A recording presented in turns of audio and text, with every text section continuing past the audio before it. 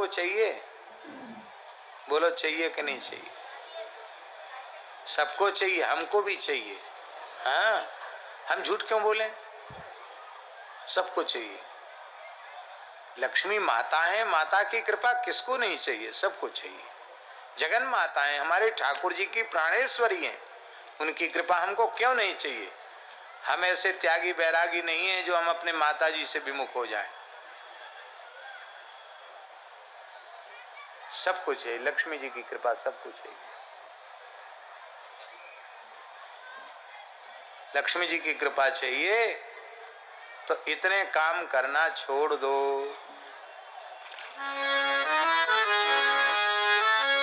लिखने योग्य श्लोक है। कुचैलिनम दंतमलोपधारिणम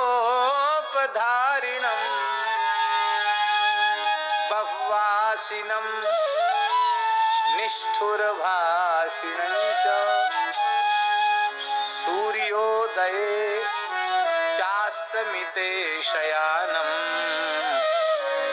विमुञ्चति श्रीर् यदि चक्रपाणि।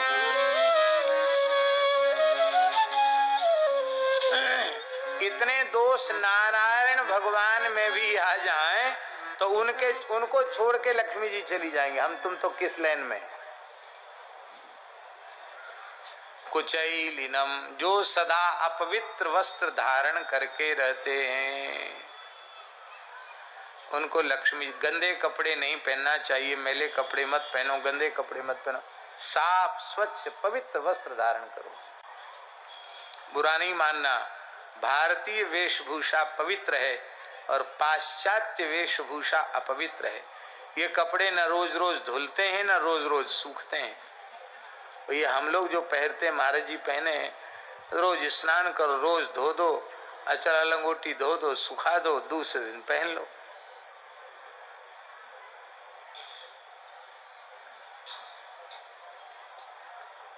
अब जो इस बहुत मोटा कपड़ा चला है, क्या जीन्स कहते क्या कहते, वो तो पता नहीं धुलता होगा कि नहीं धुलता होगा, अथवा कैसे धुलता होगा, हमें अनुभव भी नहीं है, जरूरत भी अनुभव की नहीं है।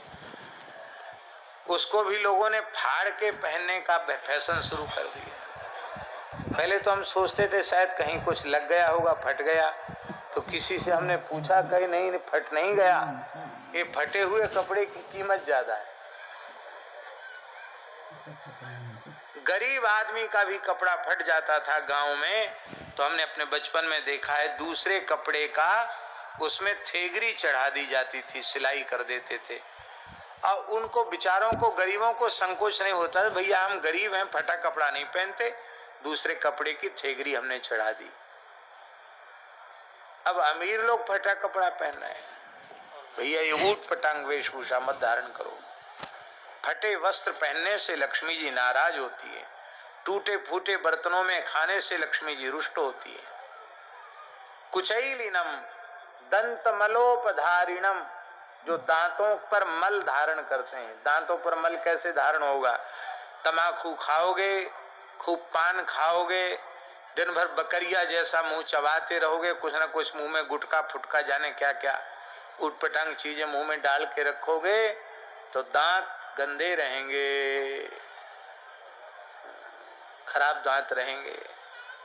दंत मलोपधारिणम, वेद में लिखा है शास्त्री, शुक्ल दंता ब्राह्मणा। शुक्ल दंता, जो निर्व्यसन होगा वही शुक्ल दंत होगा। जो व्यसन युक्त होगा वो शुक्ल दंत नहीं हो सकता। साधक को निर्व्यसन होना चाहिए। कुचैलिनलोपधारिणम बह्वासिनम, जो खूब ठूस ठूस के खाते हैं, उनसे भी लक्ष्मी जी नाराज हो जाती है। गले में जलन पड़ रही है, भीतर वाला मना कर रहा है कुछ मत खाओ, और बढ़िया राजभोग गुलाब जामुन रबड़ी सामने आई, हा, प्रसाद का तिरस्कार हम नहीं कर सकते। प्राप्त मात्रेण भोक्तव्यम, नात्र कार्या विचारणा, भले ही उल्टी हो जाए। अरे भाई, अब कोई बाजरे की रोटी भोग लगा के धर दे अरे महाराज अभी माला पूरी नहीं भाई, बाद में देखा जाएगा। तो बाजरे की रोटी में प्रसाद निष्ठा कहाँ चली गई? और रबड़ी मलाई मालपुआ देख के प्रसाद निष्ठा उदय हो गई। ये प्रसाद निष्ठा नहीं है, ये पदार्थ निष्ठा है। ठूस ठूस के नहीं खाना, जितना आवश्यक है शरीर के व्यवहार के लिए खाना उतना खाना, उससे अधिक नहीं खाना। कुचैलिनम दंतमलोपधारिणम बहुवासिनम निष्ठुर भाषिणं च। बहुत से लोगों का स्वभाव होता है, वो बोलते ही ऐसे हैं कि बस मानो मीठा बोलना जानते नहीं, कड़वा ही बोलते हैं। किसी का स्वभाव होता है टेढ़ी बेड़ी बात करने का, अब बोलेंगे तो व्यंग में ही बोलेंगे। कठोर वाणी नहीं होनी चाहिए, निष्ठुर वाणी नहीं होनी चाहिए। वाणी ऐसी बोलिए मन का आपा खोए, औरन को शीतल करे आप ही शीतल होए। बातन हाथी पाइए बातन हाथी पांव, इसलिए मृदुभाषी बनो, कटुभाषी मत बनो। मृदुभाषी से लक्ष्मी जी। सूर्योदय और सूर्यास्त के समय जो शयन करता है, ऐसा काम यदि नारायण भगवान करें तो लक्ष्मी जी छोड़ के चली जाएंगी। सूर्योदय सूर्यास्त के समय बिल्कुल नहीं सोना चाहिए।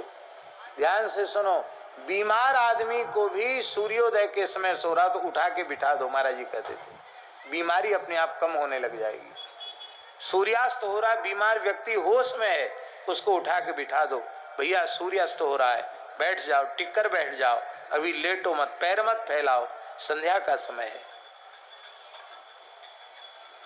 विमुंचत श्रीर यदि चक्रपाणि ही, तो इसलिए लक्ष्मी जी का आदर करना चाहिए। बोलो भक्तवत्सल भगवान की।